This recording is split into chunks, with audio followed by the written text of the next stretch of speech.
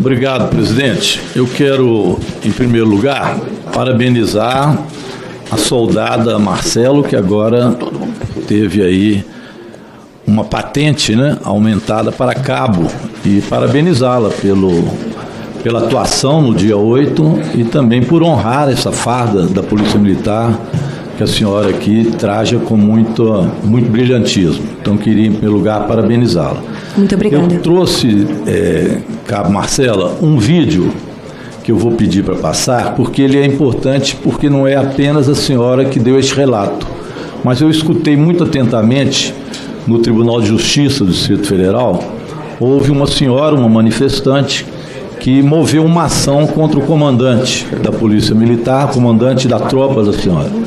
E essas falas são importantes porque ele chamou como testemunha a senhora e outros. Sim. E todos eles foram no mesmo rumo. Então, acho que esse vídeo é importante porque eu fiz aí um resumo de apenas 2 minutos, mas eu recomendaria a todos os membros desta CPMI que ouvissem, porque ele mostra a violência e o temor que homens e mulheres já testadas da Polícia Militar tiveram deste momento do 8 de janeiro. Um verdadeiro terror, um pavor do que aconteceu. Eu pediria que a gente escutasse esse vídeo, ele é apenas de 2 minutos.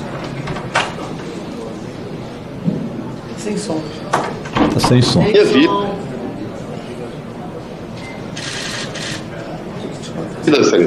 Quando eu cheguei lá, já tinha a gente estava no meio de uma guerra, mas aquilo ali foi uma loucura. Eu nunca vi nada parecido na minha vida, Sérgio. Quando eu cheguei lá, já tinha a polícia toda arrebentada.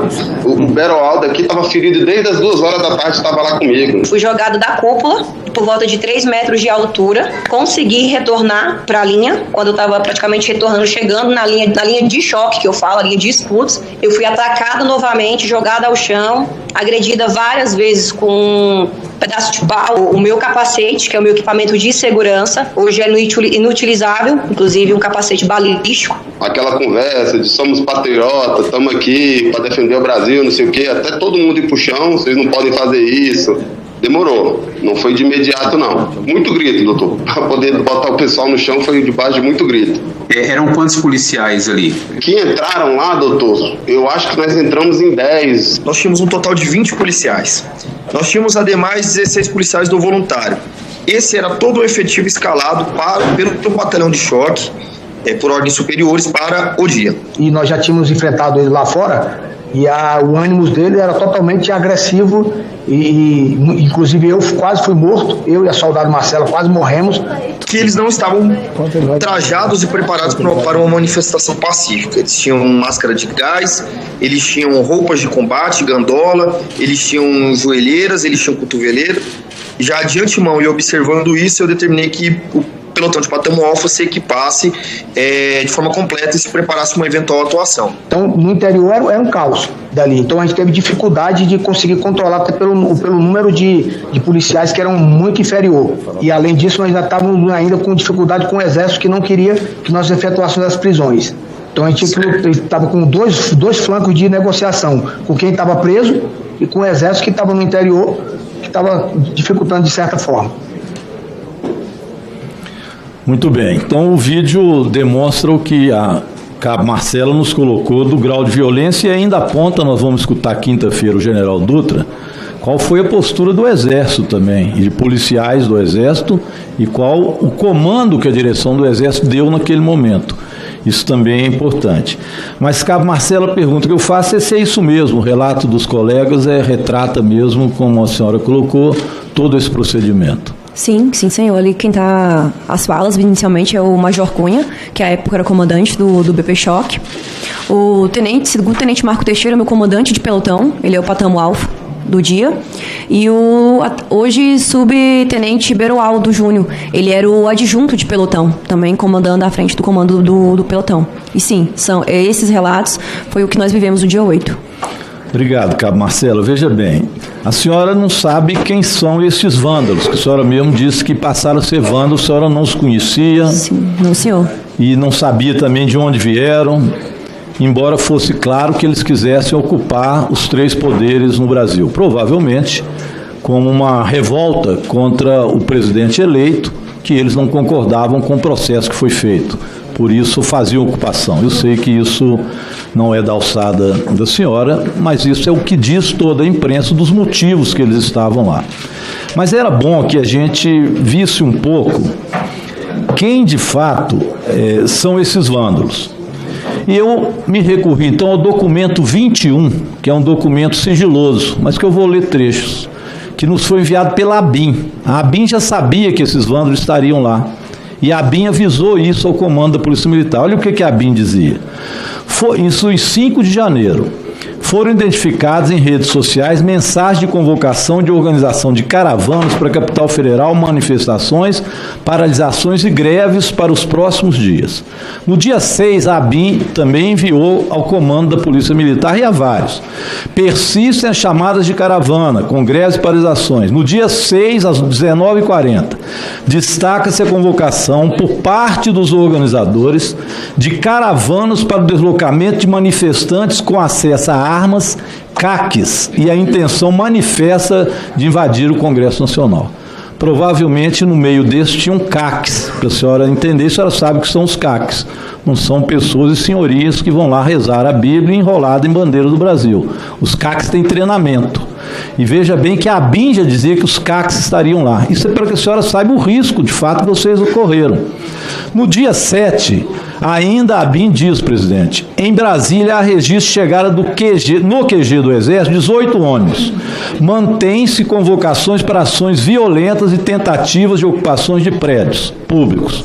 Também da ABIN. No dia 7, conforme a Agência Nacional de Transporte, houve aumento do número, há um total de 115 ônibus com cerca de 3.900, com chamados para manifestações violentas. Depois, ainda no documento da ABIN, ele vai citar, Cabo Marcela, quem também estaria lá. Ele diz que os manifestantes, as manifestações bolsonaristas, estão e citarão a conexão com outros grupos propensos à violência. Tradicionalmente, a boina Bordeaux é associada à Brigada Paraquedista do Exército Brasileiro. E ele diz, seus membros se identificam como militares da reserva das brigadas, alguns deles estavam na proximidade da sede da Polícia Federal no 12 de dezembro, quando houve aquele ataque. E eles estavam também, a ABIN diz, no 8 de janeiro. E além dos boina vermelhos, vai dizer dos kids pretos, que são também treinados pelo Exército Brasileiro para esse tipo de ações. Todos esses, a ABIN, presidente, identificou que estariam lá. Então, essas pessoas que feriram a senhora, os outros policiais, eles vieram aqui como CACs, como boinas vermelhas, como paraquedistas aposentados para esse tipo de ato e foram regimentados por financiadores. Por isso vocês encontraram tanta dificuldade. E o mais interessante, sabendo dessa dificuldade toda, por que o comando da PM não se preveniu para isso, não aumentou o batalhão, colocou apenas 20 policiais no batalhão da senhora para fazer essa defesa? Olha o risco que eles colocaram, vocês, policiais militares. E aí, eu vou ler também um trecho que é importante, de como é que essas pessoas agiram, então, durante esse procedimento, para a gente mostrar que não foram apenas coincidências do que aconteceu nisso. Eles vieram, esses vândalos, para agir dessa forma, e os comandantes agiram muito mal. Olha, eu tenho ainda 1 minuto e 15, dá tempo de eu ler uma pérola do coronel Paulo José. A senhora conhece o coronel Paulo José, comandante da Polícia Militar na época. Olha o que Paulo José escreveu, para a senhora entender, senhora Marcela. Estou aqui novamente em frente ao QG. Ele escreveu isso para Casimiro. Saí do plantão e vim direto para cá. Estou desde 7 horas, está chegando muita gente. Eu vou ler rápido, meu tempo é pequeno. Eu digo, daqui para amanhã vai ser uma multidão de gente. E eles não estão falando diretamente, mas pelo que eu entendo, acho que amanhã eles descem para a Esplanada. O Paulo José sabia que eles iam descer para a Esplanada.